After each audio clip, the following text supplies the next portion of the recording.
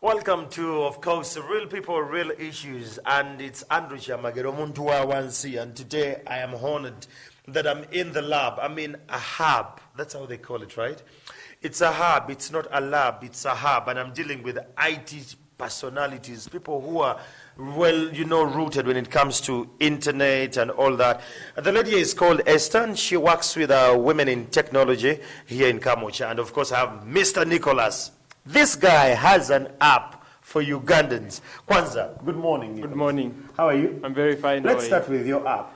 Yeah. What's your app called? So the app is called Sulape. Sulape? Yes. Sulape? S-U-L-A-P. So it was supposed to be Sasula, but because one of the people on our team is from northern Uganda, they could not pronounce Sasula. I like that. So you made it Sulape. So we made it Sula so that they could okay, there you go.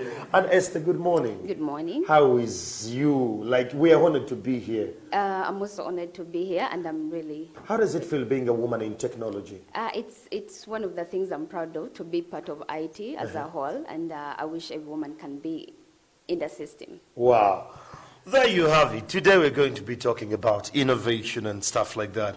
And I want to start with Nikolas. Just so you know, anyone watching this program today, Nikolas is a former conductor turned innovator with apps.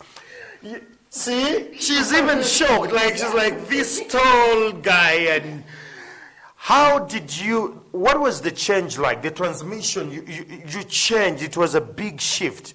How did you do that? So, I mean, first of all, like when I was still young, I come from the Antonde district, and my dad was working as a chairman for the local tax park. So during my Form 4 and Form 6 vacation, I used to go on the stage. I used to be a stage master collecting money, selling people to the taxi. And this guy, you say, I used to be one of those. Yes, and then were you tough then? Yes, you guy. If they don't have money, they don't take you out. Okay. You can't enter the taxi if you don't give us money. But then at university, I did computer engineering, and that is how I transitioned into technology. Okay. There you have it. So if you're a conductor and you're there, some people have actually been in your jobs, and they are really doing applications here. And Esther, I really want to tap into you being in innovation. You already told us how you feel about it. It's something you're proud of. But just a quick one. The president yesterday gave a speech about innovation and how the country is actually running. From your own experience, as someone who is firsthand, like you're dealing with women in technology, where do you think there is enough funding, Kwanza, from the government? At the moment, I would take it like it's like there's no funding at all. But I would really be glad if the funding starts as low as primary section, going up to secondary, then to university. Because at the moment I work with primary section kids, and the way you interest them from the beginning, it's really interesting. Because these people haven't seen a computer before. If they have that chance as early as that, at the end of it all, before they join campus or before they join high school, there's that big picture they have. I go to campus. I did now do technology, and I wanted to do maybe engineering, because I had engineers make money. Stop it now. So, you wanted to do engineering? Yes, I wanted to do engineering, and I did PEM for my HSC. Do you remember those girls who used to do PEM? They were like... Yes, the scientists, yes. So I got into campus, and then of course, I applied for engineering. I wasn't able to get it. I was really sad. But then I got into IT. I applied into another university, there were two, and they gave me the same thing, IT. Wow. So I think this is the time for me to get into IT. All right. Esther's actually broke it down. Let's talk about the parents. And you see, when you talk about IT, this seems to be a complex thing, the way you see. And I always hate it. I will say this on TV.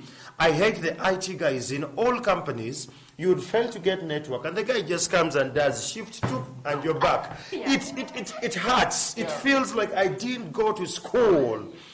Are the children of this generation ready for this kind of wave of IT? I mean, I think as a parent, what you need... because it's the 21st century, so we need to start using technology to solve problems. Because, like you said, you would have a very big problem, and then someone would just come to your computer, and in a few seconds you'll be solved. So we look at IT as something that is going to solve problems, and this is one of the things that we do in my company. Because we saw musicians who are giving away music for free. We said, okay, but there's mobile money. Things shouldn't be going away for free. They shouldn't be free downloads. And then we paired mobile money as a technology to music as an industry, and we have been able to create an income for the local artists. IT is, there's a lot of challenges that we have as a country, as a nation, that we can solve with technology, which is why parents should be encouraging most of their kids to take up IT. You mentioned about our artists getting my music from my artist. How much does it cost? Nzengo muntu wa wansi. How much does it cost if I'm getting a song from your app? Sulape. Yeah, so I mean, it depends. Some artists are selling music at 1,000, others are selling it at 10,000. Hey, mama, 10,000. Yes. Album number. Hey, album number.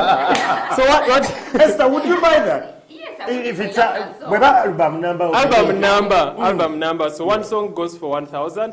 Chilinga wogula kola tune no saswa siringi lusamba abantu bakubire baberenga bawuliza music. Yes. Ne wano music abera kusimu yo. So the thing is, artists also put in a lot. So if you look at it as a fan, you don't want to buy music, but as an artist, the reason they are struggling a lot is because they don't have a way to turn their creation and their genius into money. Okay. So I think that is the space now that we are playing in, helping them to get a music, go in the studio, make a song, put it on our platform, start making money. There you have it. Well, he makes it much more clear there, and we hope everything will actually work out Bulungi. Esther, let me tap into still what he was actually handling there. We have a couple of things. There's 7 innovation products from Africa. You actually, there is what they call a Mubsa from Egypt. Have you heard about it?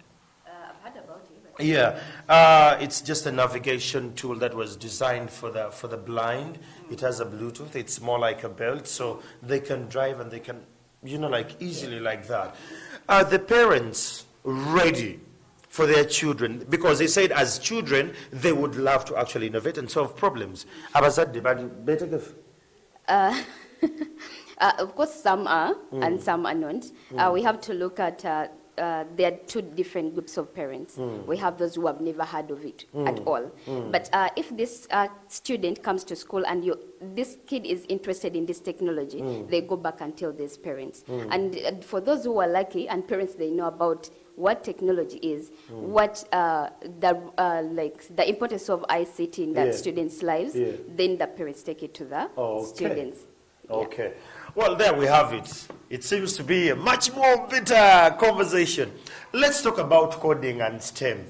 Just so you know, coding and STEM is a science and technology and math and engineering, stuff like that. Does our curriculum have STEM in it? Or should it be involved in this now that you're dealing with kids actually who are younger? Yes. Our curriculum has, STEM in it. It has a little bit of science. It has some technology and, of course, mathematics is there. But then you realize when we talk about technology in school, yes, the curriculum is supposed to have it. Yeah. And when you look at most of the schools, like I've had a chance to work with, they don't even have computers in the school. So they have the theory part of it. Some even go ahead to do, actually, they don't even they don't even talk about the control keys. They don't talk about the alt keys. It's just about what is a computer. Yes. So yes, it is there, but it's not practical the way it's supposed to be. How best can we enhance this? How best can we make STEM like the way you see that you say biology, you go in all, and physics and chemistry, we are all in. How best can we achieve this? I think every school or every learning institution should have what they call maybe a computer lab where students can get in and have a chance to interact with the computer. Okay. And they should have a trained ICT teacher, not just someone who's idle. You've touched a computer before and then get in and train, a few skills. Wow. There you have it. As a country, I think that's where we need to be going. That's something we should be proud of and we should look up to for. Just to look at how Africa is doing. Yes, Uganda will caught up a bit late. Nikolas and Esther, you will bear with me. And today we are having the Innovation Summit is running in Rwanda. And we have a couple of people who are representing the country. Do you feel, you as an innovator, Nikolas, do you feel the people who sit on these panels, in these symposiums, like, are they lobbying for us?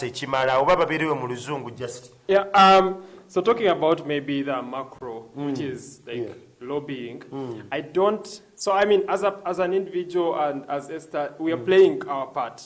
We are trying to do as much as we can, but I think like on the top, like recently they have just passed a social media and mobile money tax, which is going to tax social media. Some of us rely on social media to market.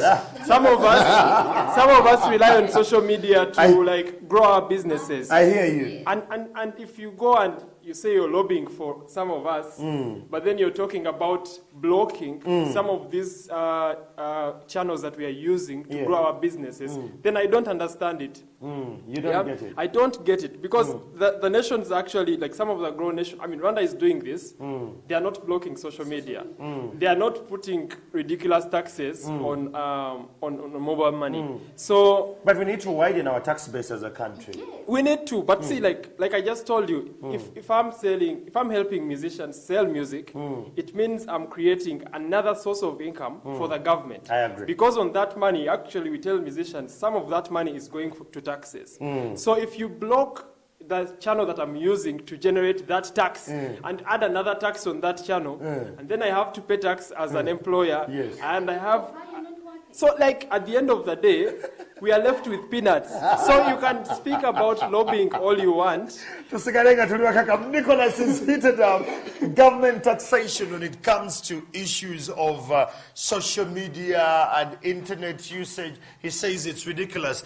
You had something to add on that. I saw you burning. No, I was looking at the time when they... As a developer, yes, as a developer. There's a time they had this free Wi-Fi around town, and the reason why they came up with that was to enable different developers come up with different things. Yes. This Wi-Fi, it's no longer working. And now, the little internet we are trying to access using the few resources we have, and then you come to tax it. Wow. It's like you don't want Ugandans to develop anything. Like we can't develop without internet. Okay. There you have it. I'm sure the Minister of course, of, Information and Technology is actually following the conversation, and Mr. Mtabaz is equally following the conversation. Now that you've actually tackled a little bit of that, you need government to be polite on internet usage and stuff like that. Let's talk about funding. She said government funding is almost like zero. Tutunulire government yaffe ennungi bwebeesazeewo ng'egenda ku funding, where would you like the funding to go? Is it in the coding? Is it from the grassroots children, or what? I mean, I think it's, when it comes to investment, there's like different approaches that you can take this. There's hubs like WITU that are already doing coding for primary, secondary, and university students. So they need to be a way to scale hubs like WITU so that they can reach every part of the country. Because if we have more people coding, we are going to have more people solving problems, we are going to have more people building businesses, and we are going to have more taxes, coming back to taxes. And so then that validates the funding that the government is putting. But then I'd also not say, like, I know the ICT ministry has started funding some of the top startups. I don't know how they pick them, but some of the top startups. We're going to talk about that. Some of the top startups have started receiving funding. We won't speed bump that. We won't speed. Make your question clear. Have you subscribed? Do you have an association that actually puts all together the developers? And if yes, don't you think that's the pool where these startups are pulled from? Yeah, exactly. Like if you come to Hive Collab, if you come to WITU, if you go to Innovation Village, there are guys actually there who are building things. And if you want to start funding anything, go to those spaces, talk to those people. Not handpick a few people from I don't know what they're doing, and say you're funding those, and this is what the government is doing. Those are the actual people that are doing the actual work. Go to those spaces, talk to those people, interact with them, and get those types of innovations to be funded. So, well, there you have it. Esther, I want to take you a little back. You said you're dealing with children, at times even deal with the dropouts, who are women, girls to be exact. Now that we know the government has a little money, it wants to invest into ICT, where do you think its priority should be placed? Okay, I'll go back to what Nikolas has been saying. It should be allocated to like different areas. Like I said, I work with primary, I work with secondary, and then the dropouts. Yes, the primary also needs to be funded because we want to develop these students away from, you know, the grassroots. And then we have the secondary section. Those who didn't get a chance maybe in primary, they can get it now. Okay. And then the dropouts, like I've worked with dropouts for like 2 years now. And when you interest them with these computer technologies, they will learn how to market their products. They learn, some of them even get secretarial jobs because they have learned how to use Word. And they didn't know this before they came here. And this is a senior 4 dropout or a senior 2 dropout. So, and when it comes to secondary school, when we are doing innovations and all that, we use something they call App Inventor. What is that? Speak English, my friends. Speak English. This is too much coding language now. App Inventor is a software or the software. This is something you can use either online or offline. For people who don't have internet, we do it offline. Okay. And students are able to be creative. They think of they think of solutions to the problems they have, and they think of an app that can work on Android, and then they develop it using this platform. Yes. There you have it. We're still having this conversation. It's getting interesting. Now let's talk about the innovation. Innovation from ideas to the product. How far are we as a country? Have we reached that level whereby, you Nikolas, with Sulape, I think you're getting there because you had an idea, now it's a product you're selling. Is our innovation lane ready for the product? Rather to sell the idea as a product now? I mean, if you look at the market, and some of the work we do is we spend most of the time educating the market. So, I mean, for our case, we are trying to create a new market. So there's always been a music distribution channel. People used to sell DVDs. Others were downloading for free. And then we are trying to tell the industry that this is where you need to go. And we are now trying to create communities of artists and their fans. And these communities are supporting artists. So there's a lot of investment that goes into that. Okay. But if you look at anyone in trying to do an innovation, it is still like an uphill battle because the market is not yet there, but it is going to be there like in a few years. So we can't wait for the market to be there for us to start building. So we're starting now to invest a lot to try and grow the markets. But I also think like there are some other innovations that have been very successful, like mobile money using USSD. Or star 165, that is a USSD. So you can also SMS. There's a lot of innovations that have been built on the backbone. Now you came up with WhatsApp, taking the Telegram. Yes, but there are still other businesses like we still use them. Like Mkopa that are distributing solar, and it is primarily via SMS. So you pay via mobile money and you get your token via SMS. So you can be able to get electricity using SMS. So I mean that is really working. But now innovation on like things like smartphones, on tablets, that is still an uphill battle because there's things like internet that are involved. Most people have social bundles, so how do you compete with someone's bundle? So there's still a lot of investment that needs to go into that, which is why like things like the national backbone should have been very interesting. But that's another conversation. All right, let's talk about our competitiveness on the African continent as a whole. How are we faring, Esther? How are we faring on the African continent, especially the women in technology? How are we faring? Are we getting there? Are we having a positive vibe as a country? At the moment, yes, I would say we are faring, because we at least have technologists that I can talk about who are women, which wasn't there before.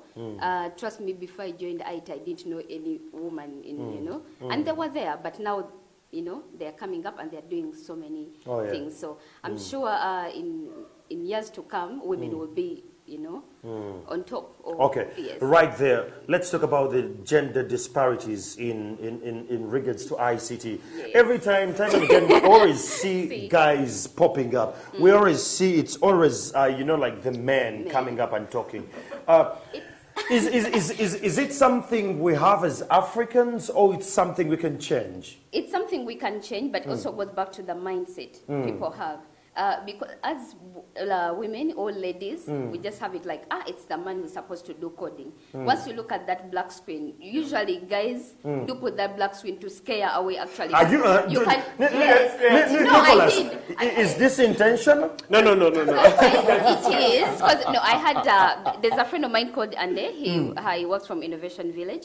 So sometimes I'm like, why are you using library with a black screen? He's like, it just looks cool, and people tend to fear it, But then you can use a white screen. I'm like, okay, So they make it seem like it's manly. But then even a woman can type that. I feel you on that. I feel that vibe. All right, let's talk about it. We have like a few minutes to wrap people up. But let's talk about the challenges. What are developers? What are the challenges are you guys facing as ICT? What are our challenges as a country? I mean, the first challenge I think I talked about is like growing the market, awareness, typical and then the resources. So we are working with limited resources, which is, it can be time, you don't have enough time to work on this. It can be money, because you just come up with this idea and you want to grow it very fast. It can be even the developers that you're willing to work with. We have not been a very, very skilled market as Uganda, but like we are seeing a lot of investment going into that, which is why still these spaces are very important, like Hive Collab, like Innovation Village, like Women in Technology, and Andela. So skilling Outbox, skilling developers increases the resources that we have at our disposal to build these things. And then on the infrastructure side, so we also need, there's a challenge there because we don't own the infrastructure. Do we need a national kind of hub, a national lab, where every person who has actually been in a different setting can actually run to and practice what they've been told? Yes, that would be really great, because I believe there are people out there, like university students, they have so many things they're working on. They don't have space, and they need mentorship, whereby they go somewhere, there is space, they have working space generally. Okay. So I hear you. All right, now you guys are innovating. You're talking a lot of coding language here, but do you realize the internet penetration in Uganda is not that wide? And you, especially your Sula app, it's on internet. It has to be an internet thing. Are you developing for urban settlers, peri-urban people?